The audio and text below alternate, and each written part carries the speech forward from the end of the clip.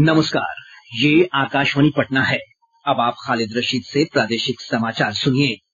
मुख्य निर्वाचन आयुक्त सुनील अरोड़ा ने एक बार फिर दोहराया, आयोग ईवीएम और वीवीपैट का इस्तेमाल जारी रखेगा। उच्चतम न्यायालय ने अनुसूचित जाति जनजाति अत्याचार अधिनियम में प्रस्तावित संशोधनों पर रोक लगाने से इनकार किया। पश्चिमी विक्षोभ के कारण राजधानी पटना समेत प्रदेश के अधिकांश इलाकों में हल्की से मध्यम बारिश हुई और जननायक कर्पूरी ठाकुर की जयंती पूरे प्रदेश में समारोह पूर्वक मनाई गई। मुख्य निर्वाचन आयुक्त सुनील अरोड़ा ने स्पष्ट किया है कि निर्वाचन आयोग चुनाव के लिए ईवीएम और मतदान पुष्टि पर्ची वीवीपैट का इस्तेमाल जारी रखेगा। श्री अरोड़ा ने आज नई दिल्ली में चुनाव विषय पर आयोजित एक अंतर्राष्ट्रीय सम्मेलन को संबोधित करते हुए यह बात कही। This is very unfortunate.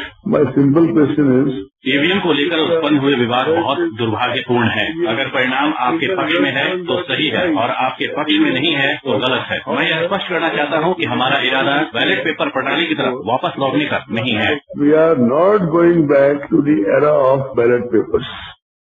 मुख्य निर्वाचन आयुक्त ने कहा कि मतदान के प्रति मतदाताओं को जागरूक करने के उद्देश्य से चलाए जा रहे स्वीप कार्यक्रम से मतदाताओं में जागरूकता आई है। उच्चतम न्यायालय ने अनुसूचित जाति जनजाति अत्याचार निवारण अधिनियम में प्रस्तावित संशोधनों पर रोक लगाने से इनकार कर दिया है।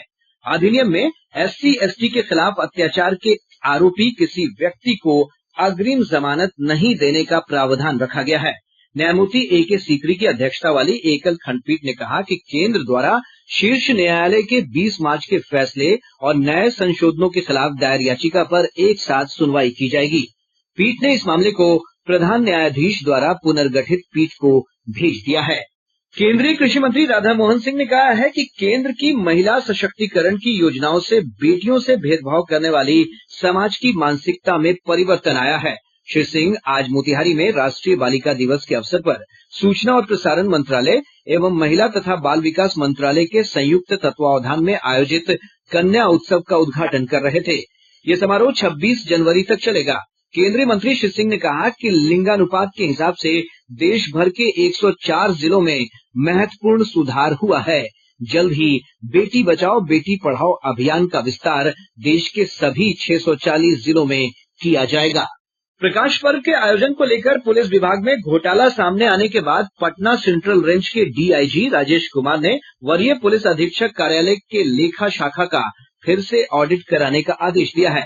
पटना की वरीय पुलिस अधीक्षक गरिमा मलिक को इसकी जिम्मेदारी सौंपी गई है। गौरतलब है कि पटना में आयोजित प्रकाश पर्व के दौरान 3 निजी कंपनियों को लगभग 66 लाख रुपए का 2 बार भुगतान कर दिया गया था। एक बार रुपए भुगतान के बाद दोबारा इनके खाते में रुपया डाला गया। इस मामले में अब तक वरिष्ठ पुलिस अधीक्षक कार्यालय के 6 कर्मचारियों को निलंबित किया जा चुका है। इस बीच उप महानिरीक्षक ने बताया कि लेखा अनुभाग के अपर पुलिस अधीक्षक से स्पष्टीकरण मांगा गया है। समस्तीपुर के कल्याणपुर में आज अज्ञात अपराधियों ने राजद नेता और पूर्व जिला परिषद उपाध्यक्ष रघुवर राय की दिन दहाड़े गोली मारकर हत्या कर दी। जानकारी के अनुसार राजद नेता मॉर्निंग वॉक के लिए जा रहे थे, तभी मोटरसाइकिल सवार अपराधियों ने घात लगाकर उन पर गोलीबारी की। बाद में दरभंगा में एक अस्पताल में इलाज के दौरान उनकी मौत हो गई। इधर घटना से आक्रोशित स्थानीय लोगों ने समस्तीपुर दरभंगा उच्च पथ को जाम कर दिया। जननायक और पूर्व मुख्यमंत्री कर्पूरी ठाकुर की जयंती आज पूरे प्रदेश में समारोह पूर्वक मनाई गई। इस अवसर पर बिहार विधान मंडल परिसर में आयोजित राजकीय समारोह में राज्यपाल लालजी टंडन, मुख्यमंत्री नीतीश कुमार, उप मुख्यमंत्री सुशील कुमार मोदी, विधानसभा अध्यक्ष विजय कुमार चौधरी सहित अन्य गणमान्य लोगों ने कर्पूरी ठाकुर की आदमकद प्रतिमा पर पुष्पांजलि अर्पित कर भावभीनी श्रद्धांजलि दी। वहीं बाद में मुख्यमंत्री नीतीश कुमार ने समस्तीपुर जिले के कर्पूरी ग्राम स्थित स्मृति भवन में जननायक के तैलचित्र पर माल्यार्पण कर उन्हें श्रद्धांजलि दी। इस अवसर पर सर्वधर्म प्रार्थना सभा का भी आयोजन किया गया। इधर राजद द्वारा आयोजित कर्पूरी जयंती समारोह में विधानसभा में नेता प्रतिपक्ष तेजस्वी यादव ने जननायक के तैलचित्र पर माल्यार्पण कर श्रद्धा सुमन अर्पित किए। मुख्यमंत्री नीतीश कुमार ने कहा है कि सोशल मीडिया के दुरुपयोग से समाज में तनाव फैल रहा है। श्री कुमार आज पटना में कर्पूरी जयंती समारोह को संबोधित कर रहे थे। उन्होंने कहा कि सोशल मीडिया के जरिए समाज में कटुता का माहौल बनाया जा रहा है, जिससे बचने की जरूरत है। श्री कुमार ने कहा कि समाज को और संवेदनशील होने की जरूरत है। मुख्यमंत्री ने लोगों से सोशल मीडिया के जरिए प्रेम और भाईचारे का माहौल बनाए रखने की अपील की है। प्रादेशिक समाचार आप आकाशवाणी पटना से सुन रहे हैं। प्रधानमंत्री नरेंद्र मोदी अगले सप्ताह परीक्षा पे चर्चा कार्यक्रम के एक अन्य सत्र में विभिन्न वर्गों के विद्यार्थियों, शिक्षकों और अभिभावकों के साथ बातचीत करेंगे। यह कार्यक्रम मंगलवार को दिन में 11 बजे से होगा। परीक्षा पे चर्चा बातचीत का एक अनूठा कार्यक्रम है जिसमें विद्यार्थी, उनके माता पिता, शिक्षक और प्रधानमंत्री एक साथ मिलकर इस बारे में चर्चा करते हैं कि विद्यार्थी बिना किसी दबाव या तनाव के परीक्षाओं में किस तरह भाग ले सकते हैं। पश्चिमी विक्षोभ के प्रभाव से राजधानी पटना समेत प्रदेश के अधिकांश क्षेत्रों में आज सुबह बारिश हुई। वहीं अधिकांश क्षेत्रों में आकाश में बादल छाए रहे हैं। इसके कारण ठंड में भी बढ़ोतरी महसूस की जा रही है। भागलपुर का सबौर आज प्रदेश का सबसे ठंडा स्थान रहा, जहां का न्यूनतम तापमान 7.4 डिग्री सेल्सियस दर्ज किया गया। इस बीच मौसम विभाग ने कहा कि अगले 3 दिनों तक प्रदेश के अधिकतर हिस्सों में हल्की से मध्यम बारिश होने की संभावना है। साथ ही इस दौरान 15 से 20 किलोमीटर प्रति घंटे की रफ्तार से पछुआ हवा भी चल सकती है। विभाग ने कहा है कि उत्तर प्रदेश की ओर से साइक्लोनिक सर्कुलेशन की स्थिति बनी हुई है, जिस कारण सीवान, सारण, बक्सर और भोजपुर जिले के कई हिस्सों में अच्छी बारिश होने की संभावना है। नवादा जिले के रजौली थाना क्षेत्र अंतर्गत भनखेप जंगल में पुलिस के साथ मुठभेड़ में एक नक्सली मारा गया। मारे गए नक्सली के पास से पुलिस ने एक इंसास राइफल और भारी मात्रा में गोला बारूद बरामद किया है। अपर पुलिस अधीक्षक कुमार आलोक ने बताया कि नक्सलियों की धरपकड़ के लिए छापेमारी अभियान जारी है।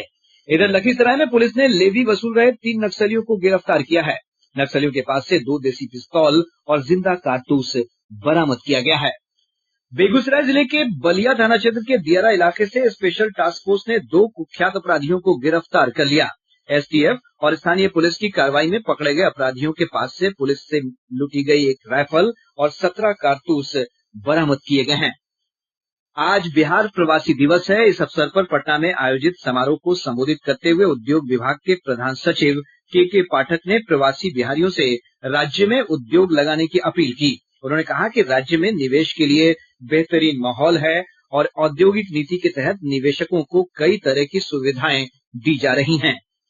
आदिवासी द्वारा तैयार किए गए विभिन्न उत्पादों को बाजार उपलब्ध कराने के लिए कल से पटना में पहली बार तारामंडल परिसर में 10 दिवसीय आदि महोत्सव का आयोजन किया जाएगा। ट्राइफेड के प्रबंध निदेशक प्रवीर कृष्णा ने संवाददाताओं से बातचीत करते हुए कहा कि इस महोत्सव में 20 राज्यों के 250 से अधिक शिल्पी और कलाकार भाग लेंगे। उन्होंने कहा कि इस तरह के आयोजन से प्रत्येक आदिवासी कलाकार को औसतन 10 से 15 लाख रुपए की आमदनी होती है। प्रबंध निदेशक ने बताया कि थारू आदिवासी कलाकारों के कौशल विकास के लिए बेतिया में वन धन केंद्र खोला जाएगा। सारण जिले के छपरा से 10 दिन पहले अपहरण किए गए डॉक्टर सजल के नाबालिग भतीजे का आज शव बरामद हुआ। पुलिस मामले की जांच कर रही है। नवादा जिले के गोविंदपुर थाना क्षेत्र के बक्संडा गांव के पास से उत्पाद विभाग की टीम ने 103 किलो गांजा के साथ 3 लोगों को गिरफ्तार किया है। पटना के कोतवाली थाना पुलिस ने बिहार विद्यालय परीक्षा समिति के एक पूर्व कर्मचारी को नौकरी के नाम पर 7 लाख रुपए की ठगी के मामले में गिरफ्तार कर लिया है।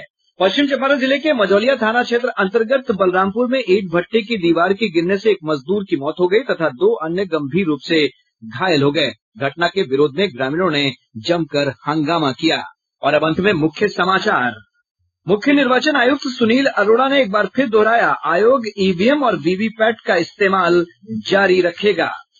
उच्चतम न्यायालय ने अनुसूचित जाति जनजाति अत्याचार अधिनियम में प्रस्तावित संशोधनों पर रोक लगाने से इनकार किया। पश्चिमी विक्षोभ के कारण राजधानी पटना समेत प्रदेश के अधिकांश इलाकों में हल्की से मध्यम बारिश हुई। और जननायक कर्पूरी ठाकुर की जयंती पूरे प्रदेश में समारोह पूर्वक मनाई गई। इसके साथ ही आकाशवाणी पटना से प्रसारित प्रादेशिक समाचार का ये अंक समाप्त हुआ।